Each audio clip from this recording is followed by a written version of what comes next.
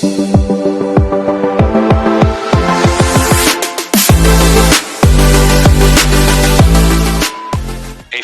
fast-growing economy with an educated and ambitious workforce and meaningful economic reforms are coming together to make the Philippines an attractive destination for investment. And I have to say, looking at today's room, clearly you have gained the attention of business leaders and investors. We at the NYSE enjoy hosting programs like this where we can bring together leaders from the public sector and private sector to share ideas, to build relationships, and ultimately deliver impact. And with today's program, I am confident that we will further strengthen an already great partnership between our markets, between our businesses, between our people, and ultimately between our countries.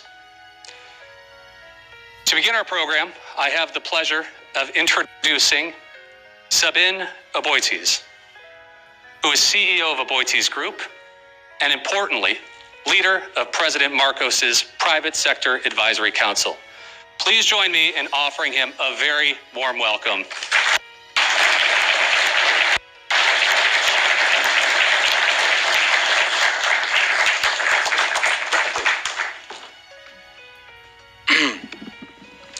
Good afternoon, everybody.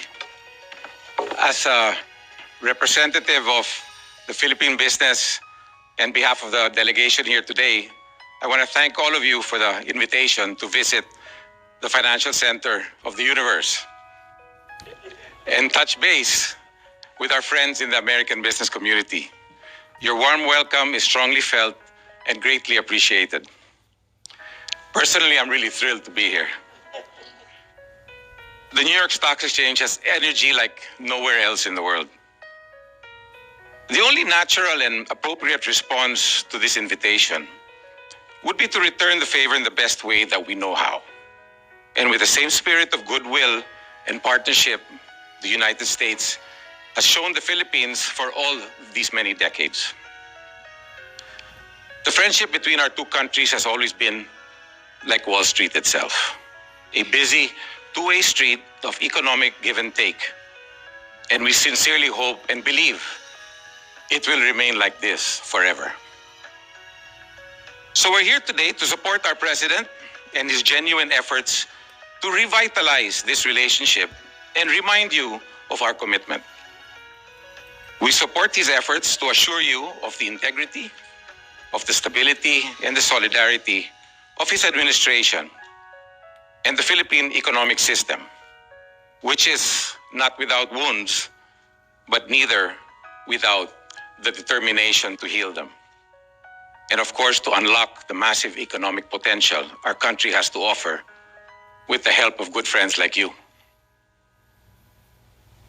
We live in uncertain times, but in our corner of the world, the Philippines remains one of Asia's fastest growing economies. And with the pandemic now largely out of the way, we're back on the fast track, accelerating out of recovery mode and onto the promising possibilities of the future. Now more than ever, with the dawn of a new era of digital progress and an environment that has never been more enabling and conducive for business, the Philippines is ripe for investment. With the average Filipino being 23 years old, we have a large talent pool of young, competent, and reliable human resources. Our workforce is educated, English proficient, strongly customer-oriented, highly trainable, and adaptable to different cultures. Being a critical entry point for over 600 million people in the ASEAN region, the Philippines has easy access to key markets, which is a gateway to the East Asian economies, and is at the crossroads of international shipping lanes and airline routes. Our numerous operating economic zones and IT parks around the country are fully equipped with support capabilities that make it easy for companies of any size and from any part of the world to set up shop and conduct business with convenience and effectivity. We have bountiful and beautiful natural resources that provide investment opportunities in our agriculture and tourism industries. Our business process outsourcing, electronics, manufacturing, creative, maritime resources, and export industries have similar potential with track records of success. And with a strong private-public partnership, we are aggressively building the critical infrastructure needed to support all our industries and enable businesses to grow and thrive on a globally competitive scale. But most importantly, we have a strong leader with a compelling vision and the political will to realize it. With a unified support of our Congress and the Filipino people, the new Marcos administration is taking a whole of government and nation approach to deliver on its promise to transform our economy. We in the business community believe in this vision. And as our longtime allies and partners, we hope you will too. I've seen many presidents in my lifetime, and they all have their strengths. The one we have today has quite cleverly gotten 30 of our country's busiest CEOs to voluntarily work for him. I know this because I'm one of them. And as convener of the Private Sector Advisory Council to the President, I have witnessed the ability of this man to bring together the best minds in business, use them to find real solutions to real problems, and then immediately implement them like he was flipping a switch. This is why we work for him, because he listens to reason and gets things done, because he has the humility to seek the help of those who know more in order to provide help to those who need more. This is the kind of decisive, action-oriented leadership we have today. This is the kind of leadership that inspires the nation to believe in its true worth. And this is the kind of inclusive and collaborative leadership that will transform our economy into the next big thing in Asia. I thank you and good afternoon.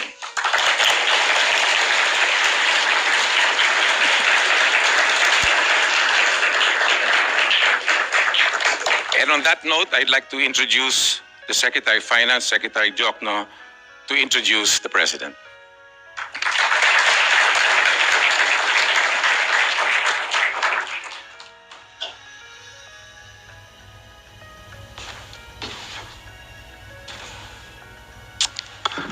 Ladies and gentlemen, it is my honor to introduce to you the President of the Republic of the Philippines, President Ferdinand Romualdez Marcos Jr.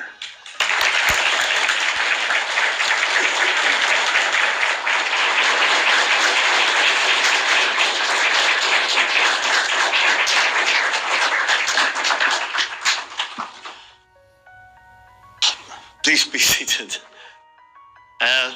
Thank you, Secretary Ben Jokno, all the members of the Cabinet of the Philippines, Mr. John Tuttle, the Vice Chairman of the New York Stock Exchange, and for those kind words from Mr. Sabin Aboitis, the convener of the Private Sector Advisory Council.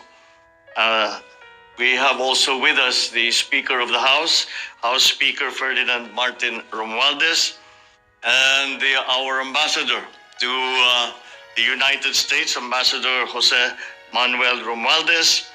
Also with us is our permanent ambassador to the UN, Ambassador Antonio Lagdameo Sr.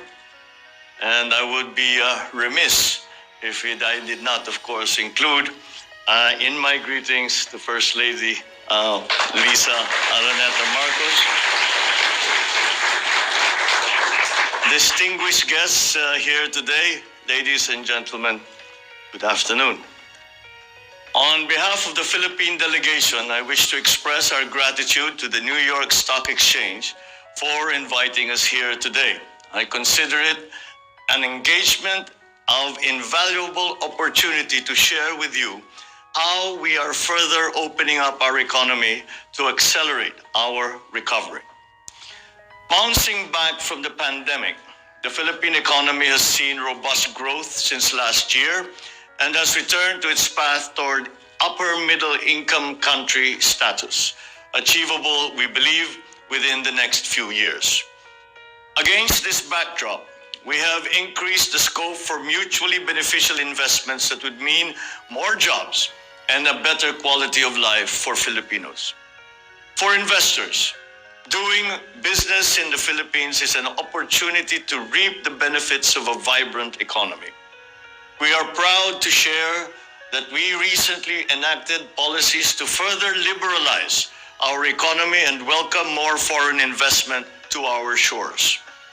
First, we passed legislation to lower corporate income tax rates and rationalize fiscal incentives.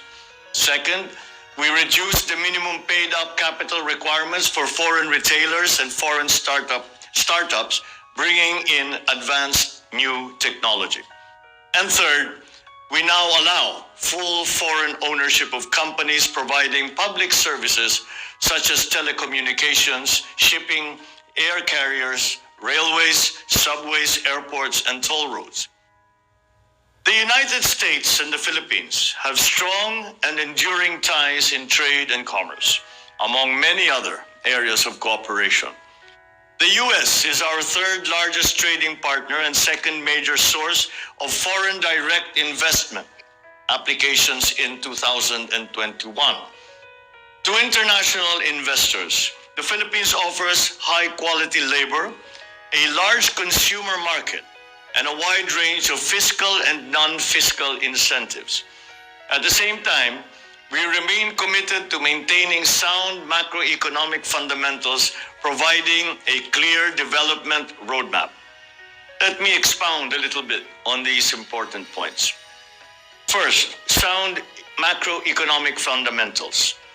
Our gross domestic product is projected to grow by 6.5% to 7.5% this year, by 6.5% to 8% from 2023 to 2028. The employment situation has improved following the temporary disruption caused by the pandemic. The unemployment spike of 17.6% in April 2020 fell drastically to 5.2% in July this year, the lowest record for all July rounds of our labor force survey since 2005. Manufacturing activity has accelerated, staying above the growth threshold of 50 for the past 7 consecutive months and settling at 51.2 last August.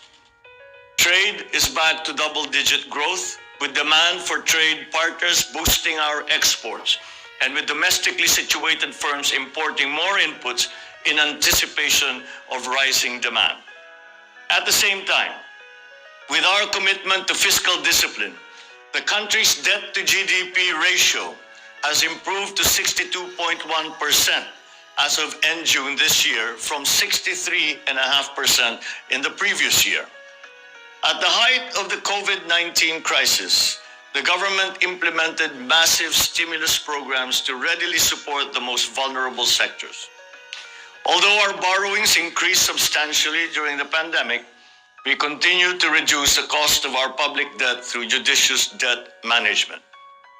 Now that the economy is reverting to normalcy, the government is likewise heading back to the path of fiscal consolidation.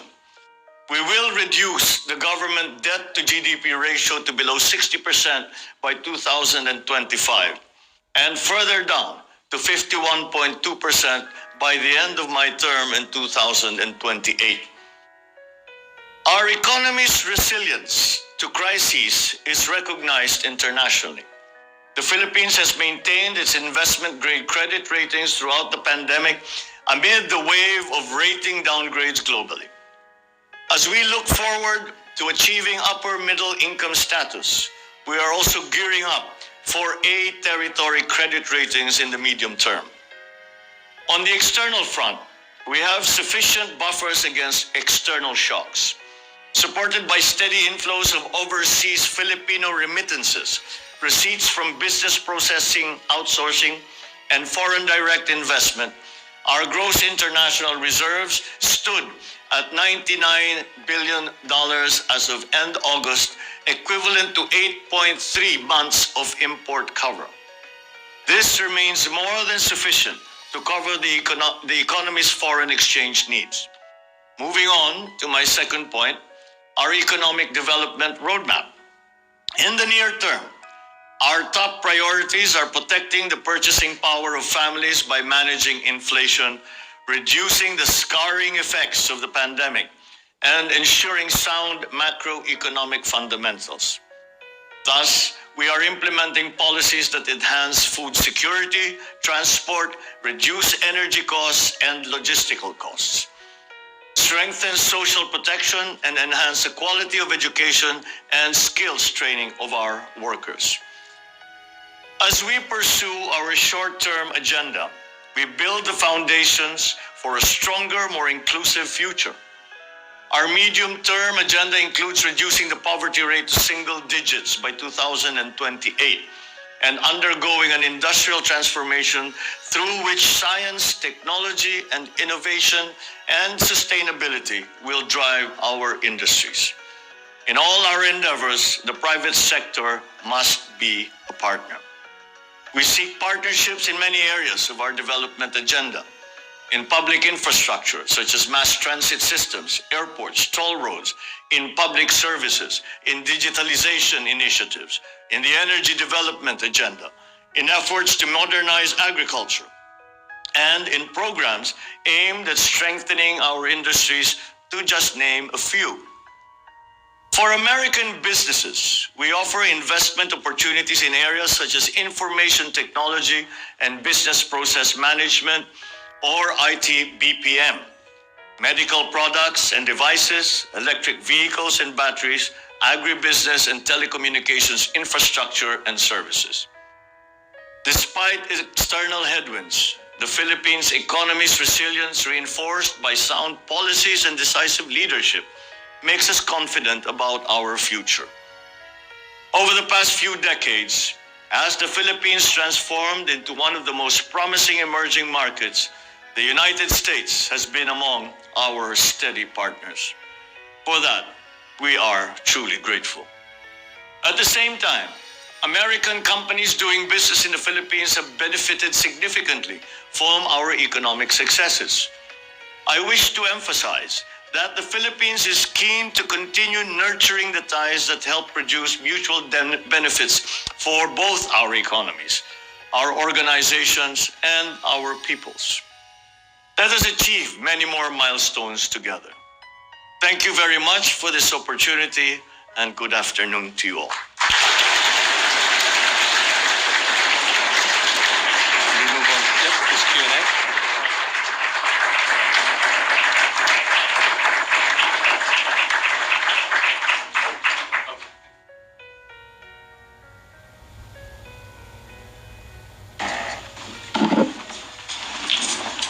Well, thank you very much, Mr. President, for your remarks and obvious support of investment in the Philippines.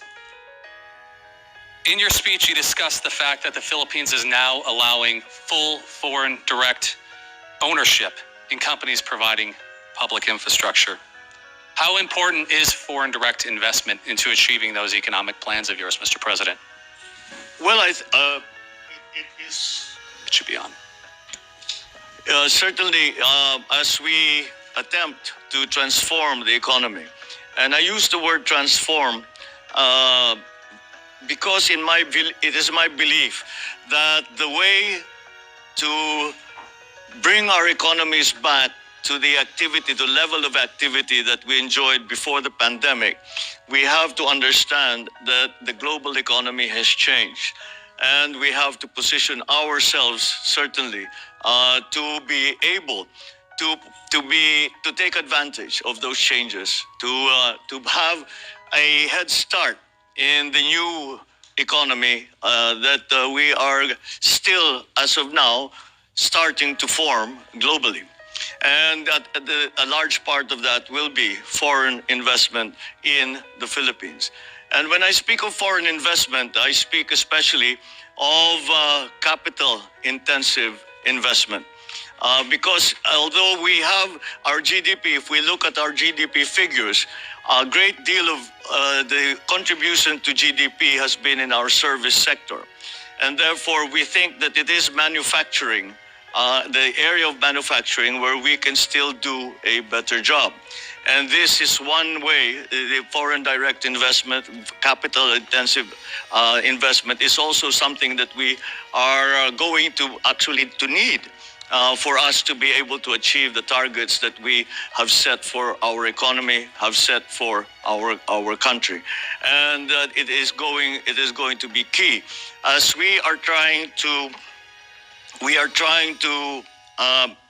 define or determine the mix between loans and capital intensive investment.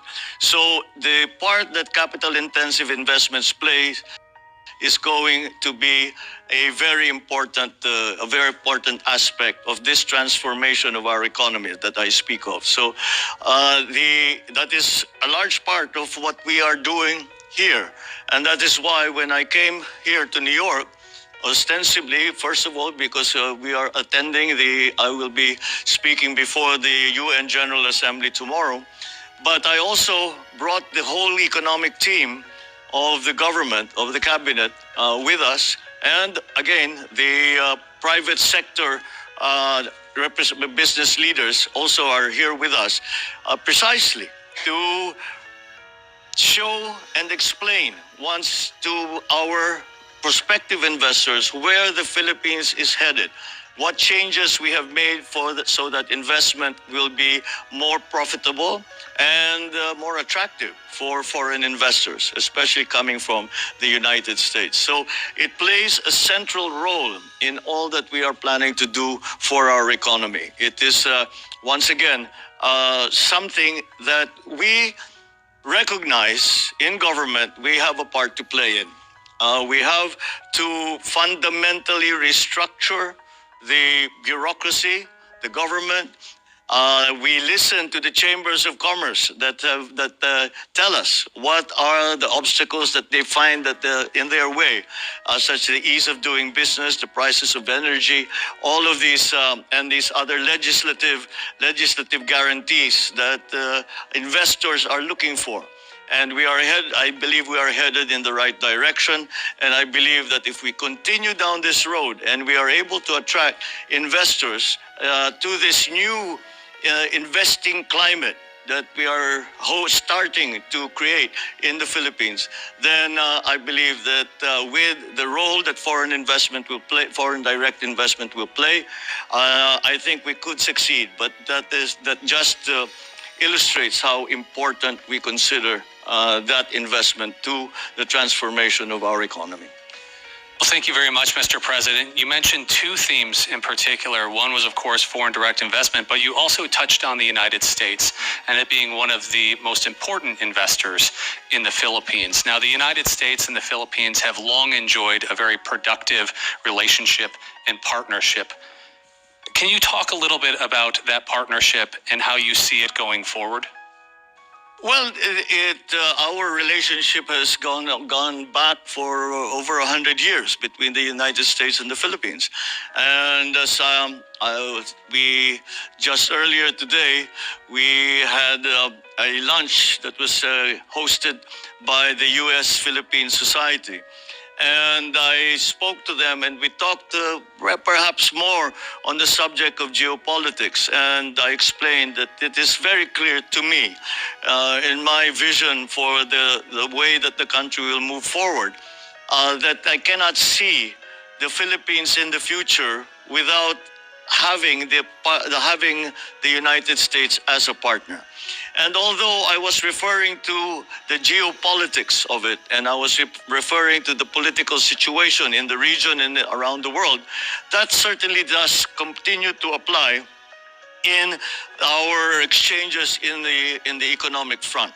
And many of the drivers of our early economy were actually American corporations. Many of the strongest corporate benefactors really to government and to the rest of society in the Philippines were coming from the United States. Now, of course, this has evolved as time has gone on, but the strength of that relationship continues.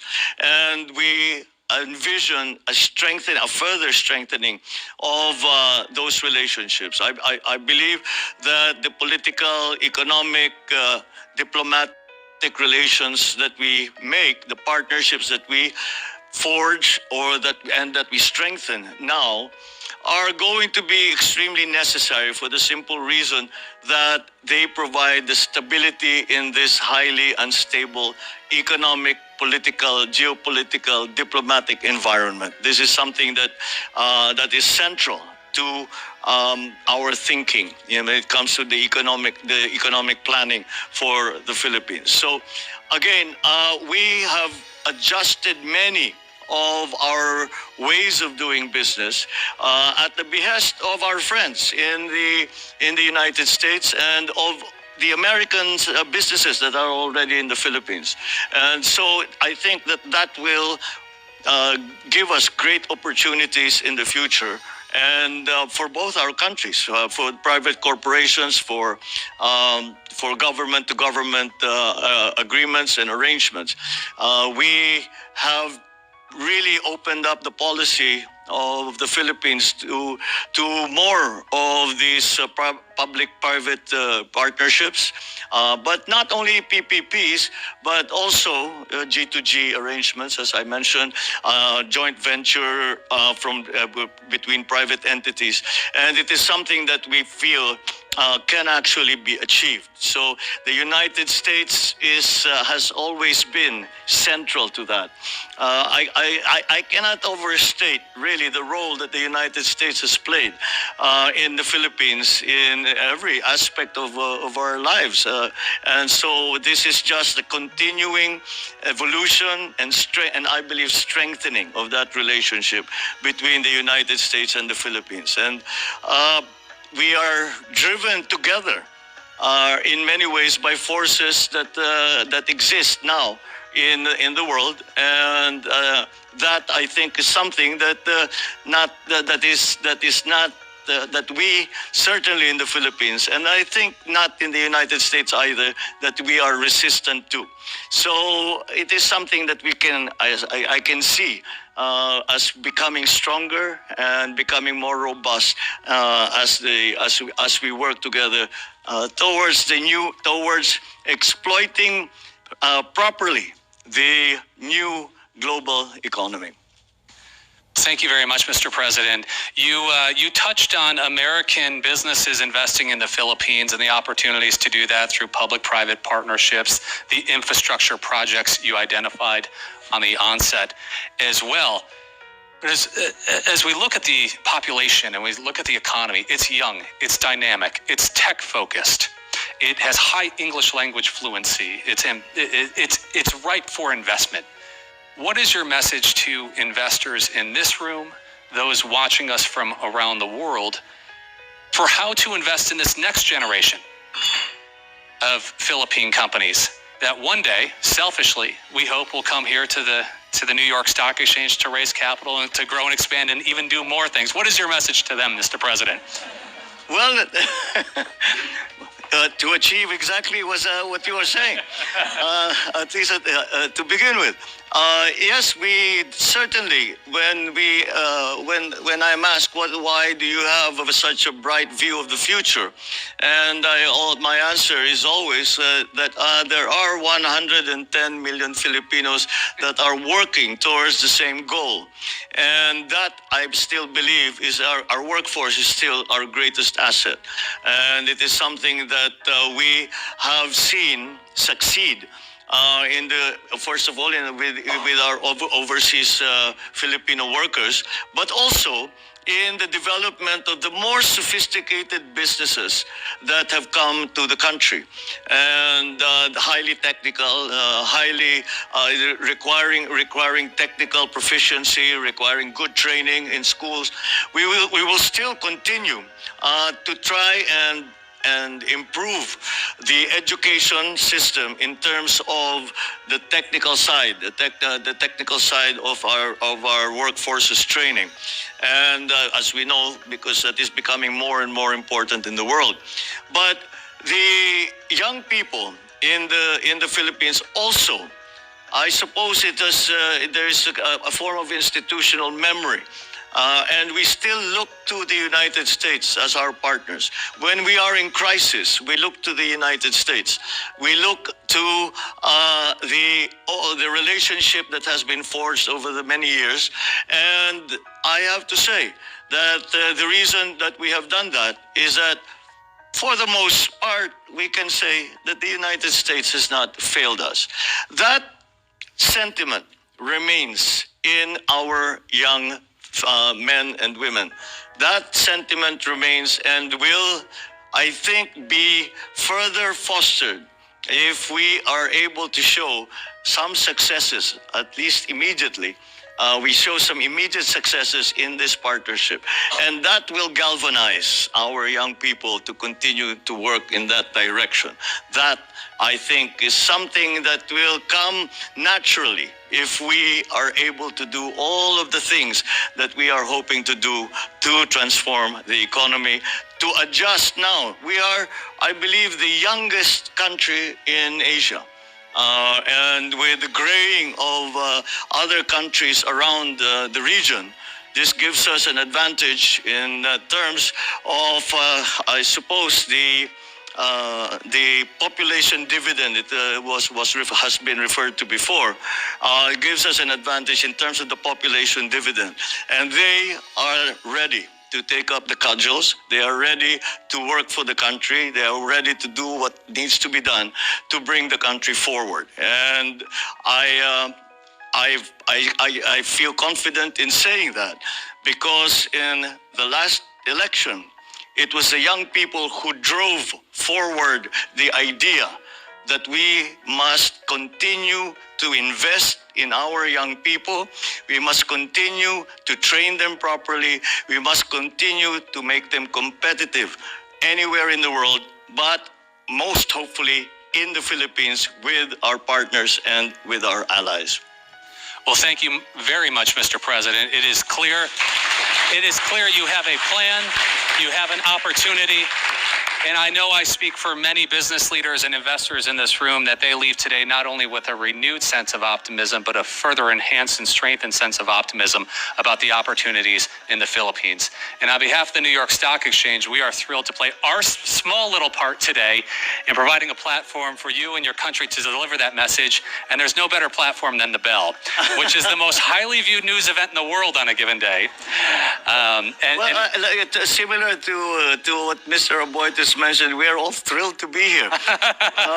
As when we were talking before coming out here, I said, well, of course we're familiar with the New York Stock Exchange and the Bell and that most important balcony in the world.